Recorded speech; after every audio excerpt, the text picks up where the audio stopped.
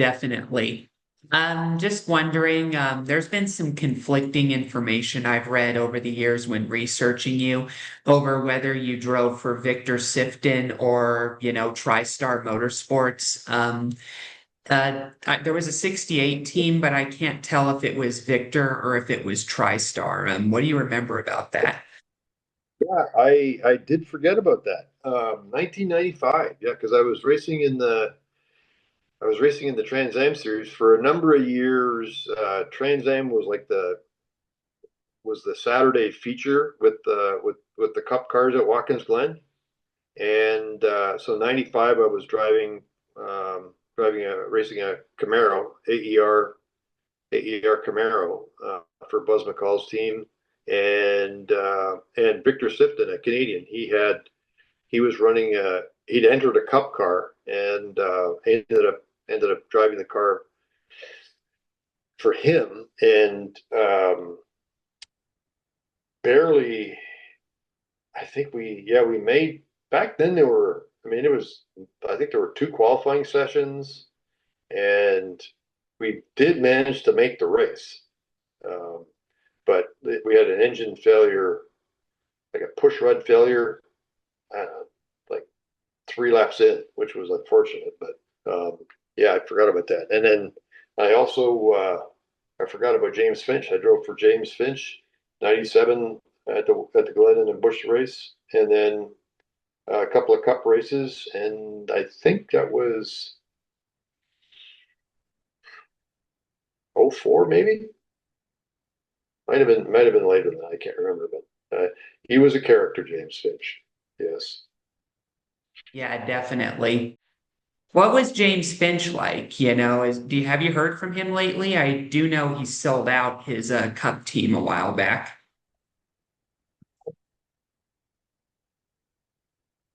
Yeah, I don't, and I wish I did, thank you for the prompt. Um, Red Cup racing was, yes, the red cups, red plastic cups, and James was a fan of uh, uh, rye whiskey, and what he had massive bottles of like a Canadian rye whiskey that he absolutely loved. He was in the construction business, and we're talking heavy construction here. His company built airports, if I recall correctly. But the first Cup race I ran with him at Sonoma, um, there were I think there were 43 car grid. There were I think over 50 cars entered, and we had to make the race on time.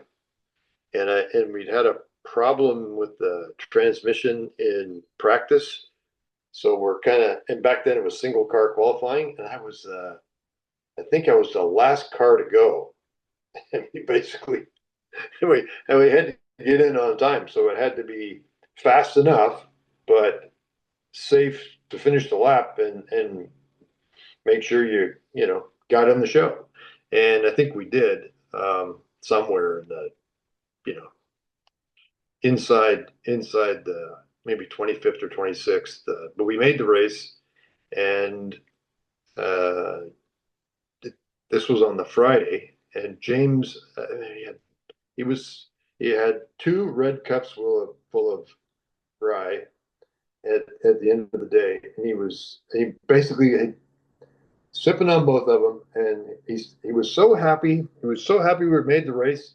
He was feeling lucky. He decided to go to Reno and go gamble. So he never stuck around for the race, the rest of the race weekend. But he was thrilled we were in the race. So it was, but Yeah, a really nice guy, an absolute character. that's quite amazing. When you drove those races for PPI Motorsports, Cal Wells, you finished in the Yep. top 10 at Sonoma after basically repeating your performance from the Glen, qualifying last and then getting towards the front. I think you were as high as third place and you were racing with Brian Simo, I believe, who also finished in the top 10. What was going through your mind afterwards when you finished eighth with what was a struggling team at the time.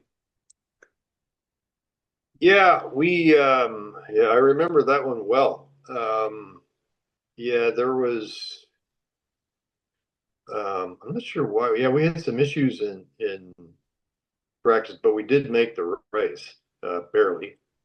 Um, but the car raced pretty well, and I think about we were inside the top 10, and I lost the power steering, and um, and it was an absolute handful. And it would the of course it would wasn't consistent. It would it be on in a straight line, but as soon as you got to the corner, you'd initially turn, and you lose the power steering, and it was just an absolute handful. But it was, I could hold my position, and it was all I could do was to hang on to, as you say, I guess it was eighth place, but that was that was a real handful, and I forget the crew chief's name, but Harold he Hawley. was he was an absolute. Pardon? Was it Harold Hawley or was it Yes, yeah. I think it was right, and I've forgotten his nickname, but he knew exactly the struggles I was having, and he was an incredible cheerleader, and just did an awesome job cheerleading and keeping my spirits up with the physical struggle we were having with this very very intermittent power steering. So, but yeah. I also remember Brian Semo finishing in the top 10 with like a bent foot, I think, or fender or whatever it was. And he finished 10th. And I remember him once remarking afterwards that Richard Childress, whom he drove for in the 33, was happy, but also not happy because Brian was the highest finishing RCR car when you had Kevin Harvick and the others. Yeah, yeah. Yes, my battles early in '03 when I was driving the Pennzoil car for DEI were with the two RCR cars, and it was Kevin Harvick and Robbie Gordon. I think you can probably find they I was sitting third. I think it was in the first tank of fuel, and yeah, Robbie and Kevin got racing each other so hard I got by them both, at the hairpin turn 11, and managed to get out front and for quite a while. So that was kind of fun.